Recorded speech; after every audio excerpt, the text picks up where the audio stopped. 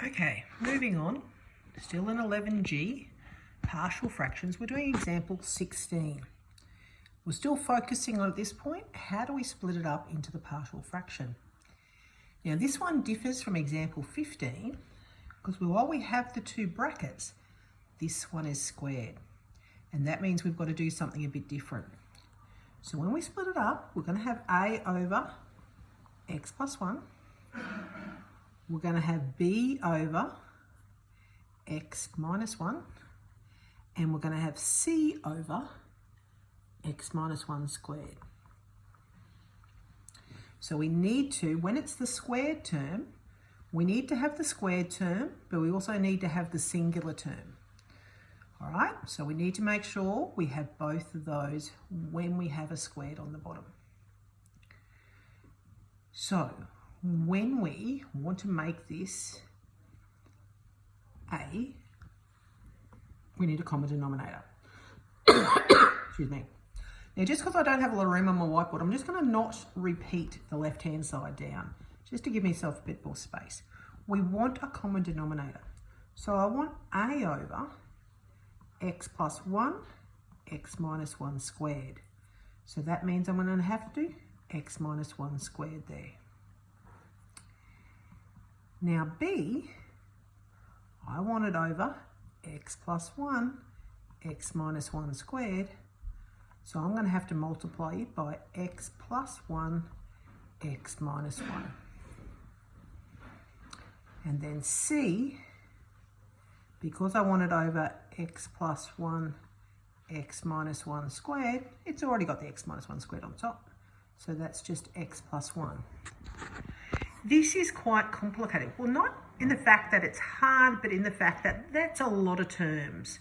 And it's very easy to lose an x or get a negative incorrect. So you need to be really careful when you're expanding here. Okay, so I'm going to take it nice and easy.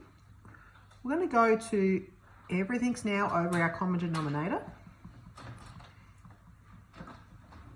And we need to expand these top lines. Now I'm going to take it really easy. A, now x take 1 squared is going to be x squared. Excuse me, I wrote the wrong one. Take 2x plus 1. This one is b. This will be x squared minus 1. Plus, this will be cx plus c. That was the easiest one to do. Do it in the two steps. Expand the x's. Now we'll expand it out. So over here, x plus 1, x take 1 squared. So we've got ax squared take 2xa plus a plus bx squared take b plus cx plus c. Notice how long these are getting. I'm going to have to go to my second whiteboard. So on my top line,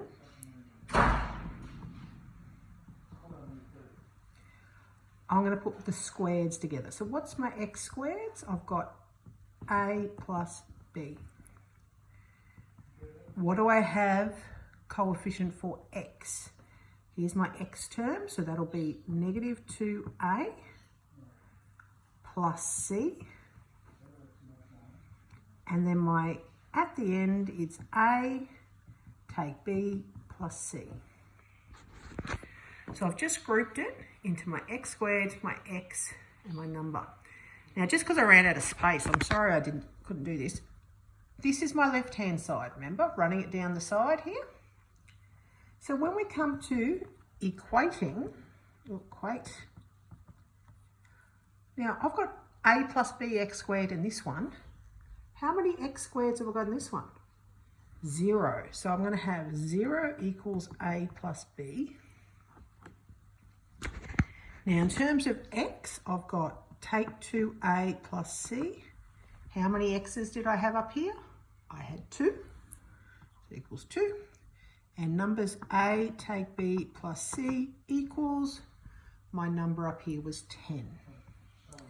So we have 3 simultaneous equations excuse me, with 3 unknowns. You could use your graphic calculator, of course, to work them out. I don't have that at the moment. Okay, use your graphic calculator. I'm just going to go answers because I'm running out of room. So we're going to go from your graphic calculator. You're going to get A equals 2, B equals -2, C equals 6. Remember, A plus B is 0, 2 A's plus C gives me 2, and A take B plus C gives me 10. So that works. That's just off your graphic calculator. You can all do that really easily. So when we split this up, so 2x over x plus 1, x take 1 squared, it's equal to 2 over x plus 1 plus -2 over x take 1 plus 6 over x take 1 squared.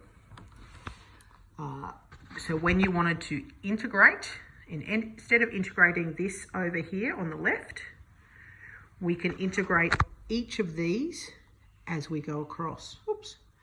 These, of course, will integrate